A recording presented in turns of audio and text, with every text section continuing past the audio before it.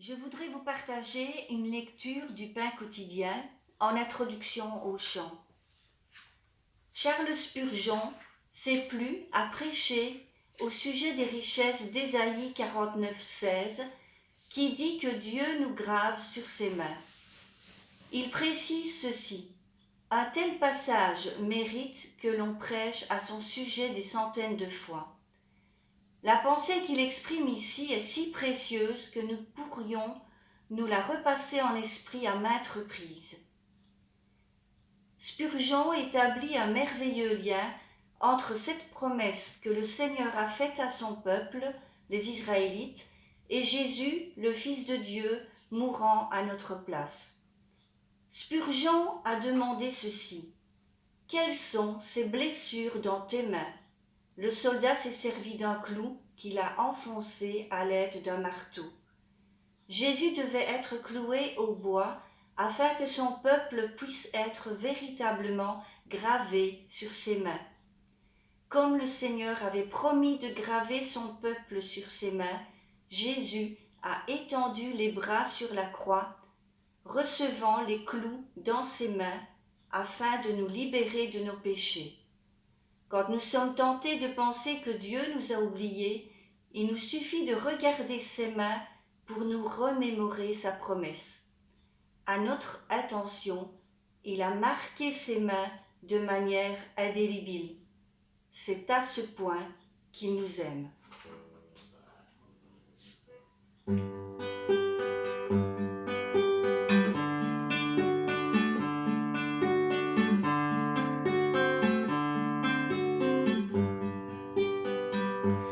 Aujourd'hui, c'est jour de grâce, mon Seigneur veut te sauver. Saisis l'instant qui passe, ce bonheur qui t'est donné. Il mourut à Golgotha,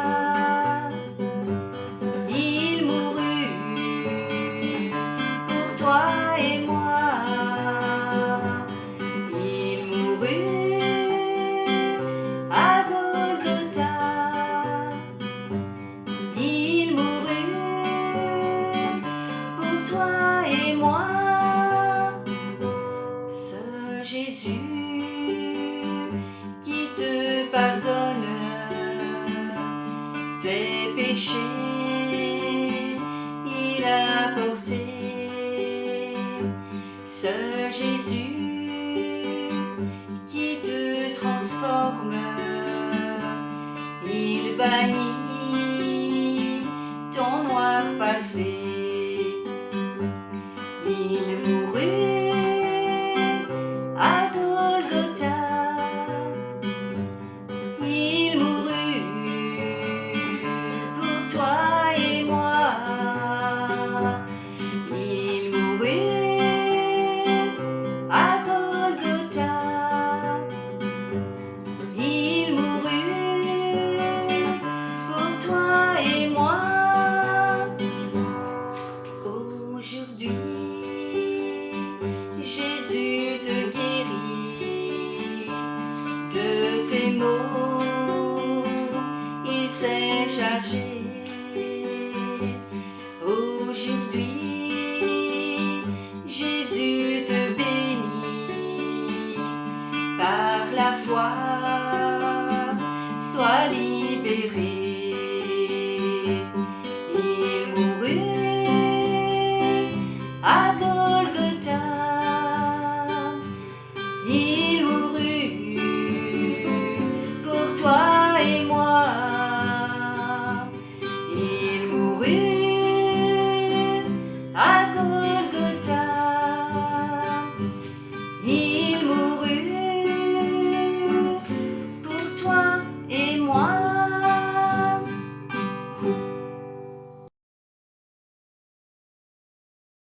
Bonjour à tous, j'espère que vous vous portez bien. Merci à Sonia qui nous a partagé ce texte et ce chant qui nous rappelle le sacrifice de notre Seigneur et Sauveur Jésus-Christ. Ce vendredi, un vendredi saint un peu particulier, bien sûr, nous ne pouvons pas faire la Sainte Seine tous ensemble, mais nous allons prendre un temps ensemble à écouter l'histoire de Jésus, ces derniers instants qu'il a passés avec ses disciples, ce vendredi, ce jeudi et ce vendredi même. C'est notre frère Salvatore qui va nous partager cela à travers tout ce qu'il aura appris de ses voyages aussi en Israël.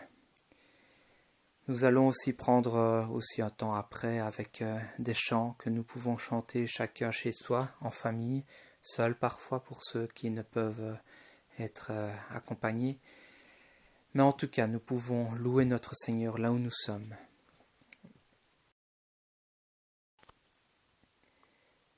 Seigneur, ce vendredi, nous voulons te remercier pour l'œuvre que tu as accomplie à la croix.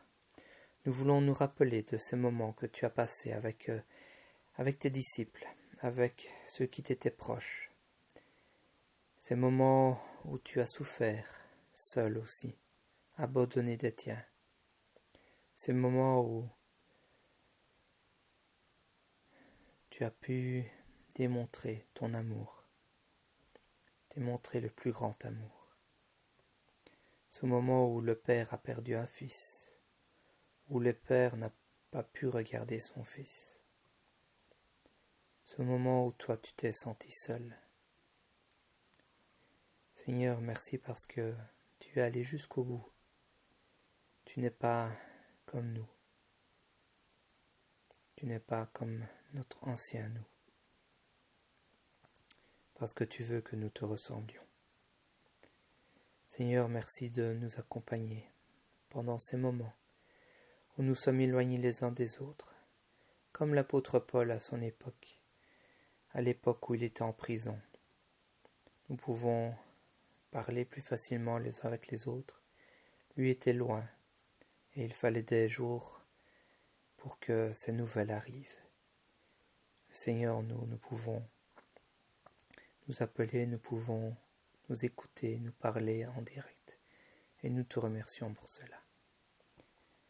Merci Seigneur encore une fois pour le don précieux de ton Fils, pour le sacrifice et pour ces moments que nous pouvons passer avec toi. Amen. Bonsoir les amis, frères et sœurs. J'ai été chargé de faire un petit itinéraire de Jésus pendant la Passion jusqu'à la crucifixion. Donc ceci n'est pas un message, c'est pas une prédication, c'est juste un petit voyage que j'ai fait à Jérusalem et je voulais partager un peu quelques impressions de ce que j'ai découvert et de ce que j'ai pu voir. Donc nous sommes le jeudi matin. Jésus va à Jérusalem et demande qu'on prépare la fête de Pâques. Les disciples devaient préparer tous les ingrédients pour le souper du Seder. Le Seder, c'est la fête de Pâques en hébreu. Les herbes, donc la viande, le vin, ils devaient dresser les coussins sur lesquels ils allaient se coucher pour manger. Le soir, avant de se mettre à table, Jésus mit le comble à son amour pour les siens et décida de leur laver les pieds. Pierre ne voulait pas, car il ne comprenait pas pourquoi Jésus voulait faire cela. Jésus lui dit que s'il ne le faisait pas, Pierre ne pourrait pas avoir part avec lui. Pierre lui demande alors presque de faire un vin.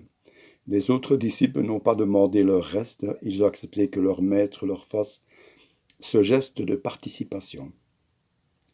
Judas s'est retiré sur la pointe des pieds.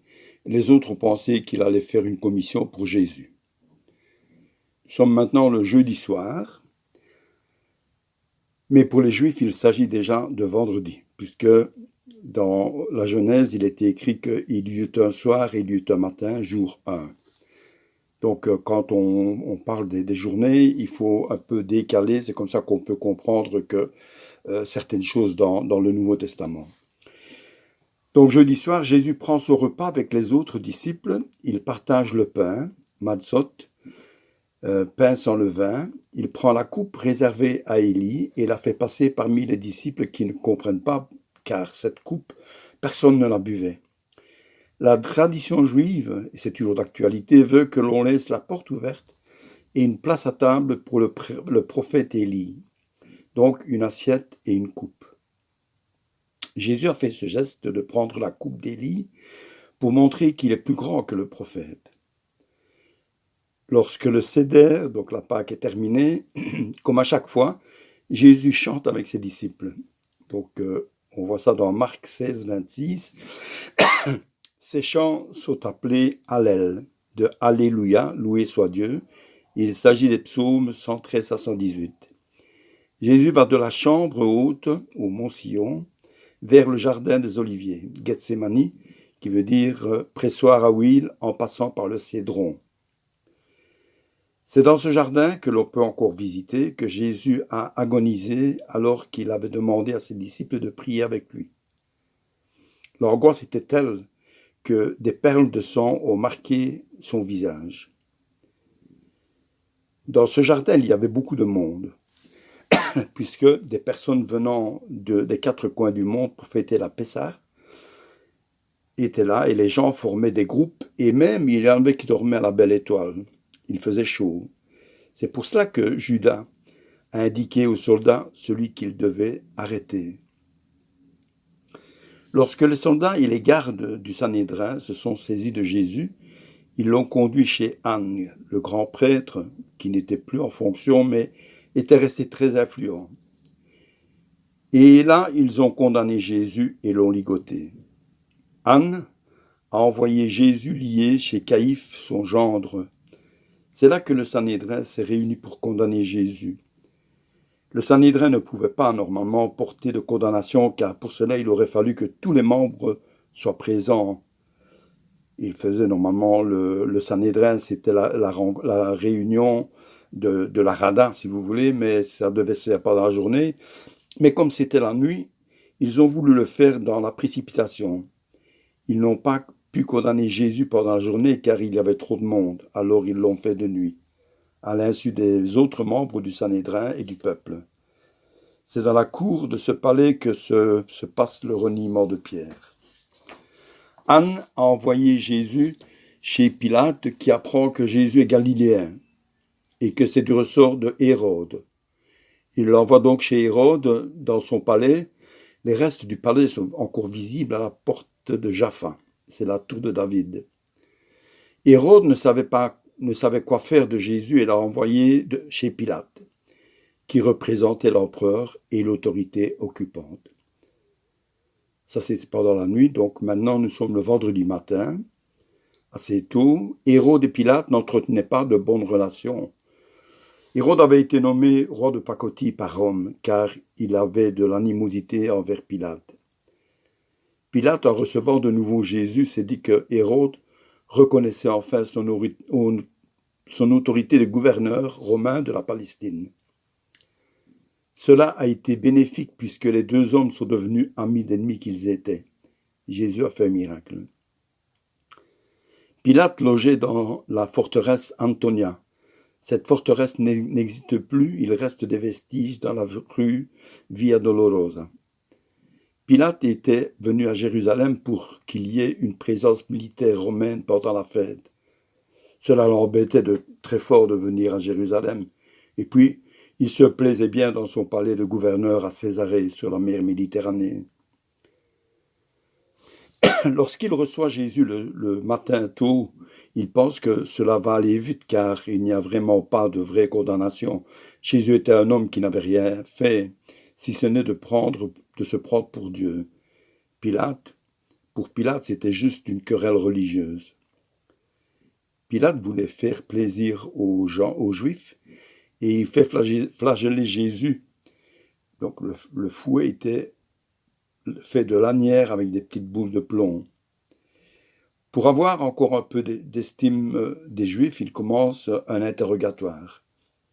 Puisque Jésus ne parlait pas le latin et Pilate ne parlait pas l'araméen, il fallait un traducteur.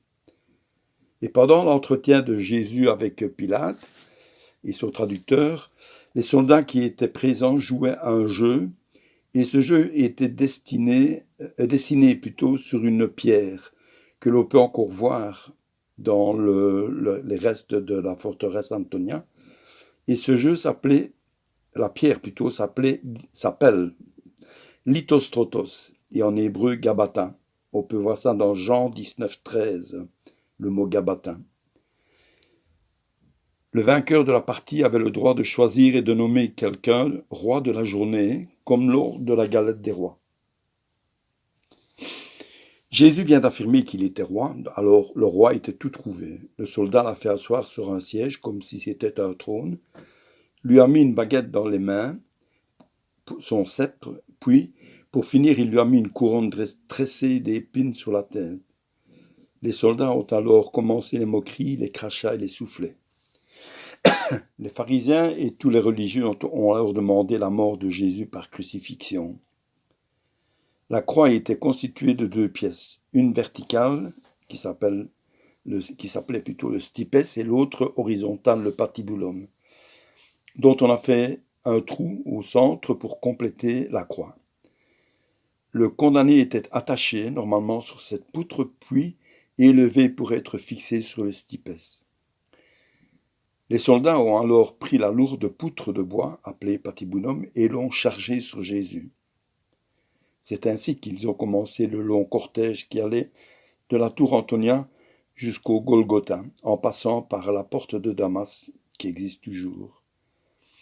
En chemin, ils ont rencontré un paysan, Simon de Cyrène, qui revenait des champs. Les soldats, voyant l'état de plus en plus fébrile de Jésus, ont demandé à cet homme d'aider le supplicié. Alors on arrive à vendredi midi. Lorsqu'ils sont arrivés au Golgotha, lieu du crâne, ils ont cloué Jésus sur le patibulum, l'ont hissé jusqu'à ce que la pièce de bois soit ajustée sur le stipes. Sur le stipes, il y avait une petite pièce de bois qui servait à poser les pieds afin de permettre au supplicié de se reposer un peu et soulager un peu les souffrances. Lorsque Jésus dit « J'ai soif », un soldat romain s'est approché avec une éponge imbibée d'eau et de vinaigre. Potion que les soldats utilisaient pour étancher la soif. Ils ne buvaient pas, mais humectaient leurs lèvres avec une éponge. Vendredi 3h de l'après-midi, à un moment donné, Jésus s'écrie « Père, je remets mon esprit entre tes mains ».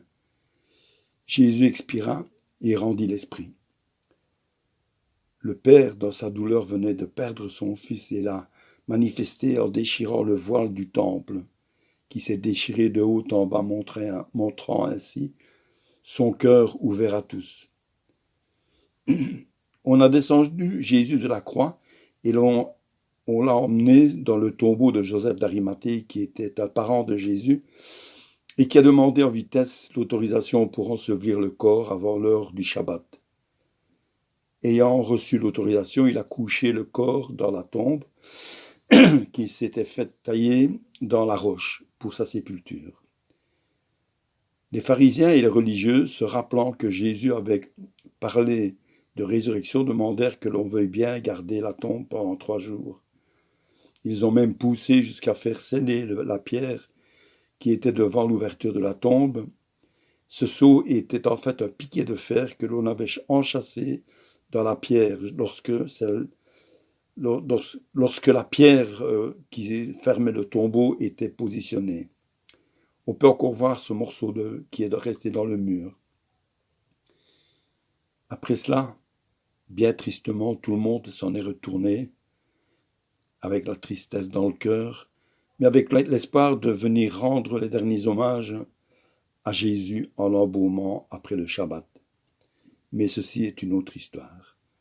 Je vous remercie de votre écoute et j'espère que vous aurez quand même apprécié un peu, mais j'ai pris du plaisir à préparer et je souhaite que le Seigneur vous garde et que en cette fête de Pâques, même si nous sommes confinés, nous puissions chanter que Jésus est ressuscité.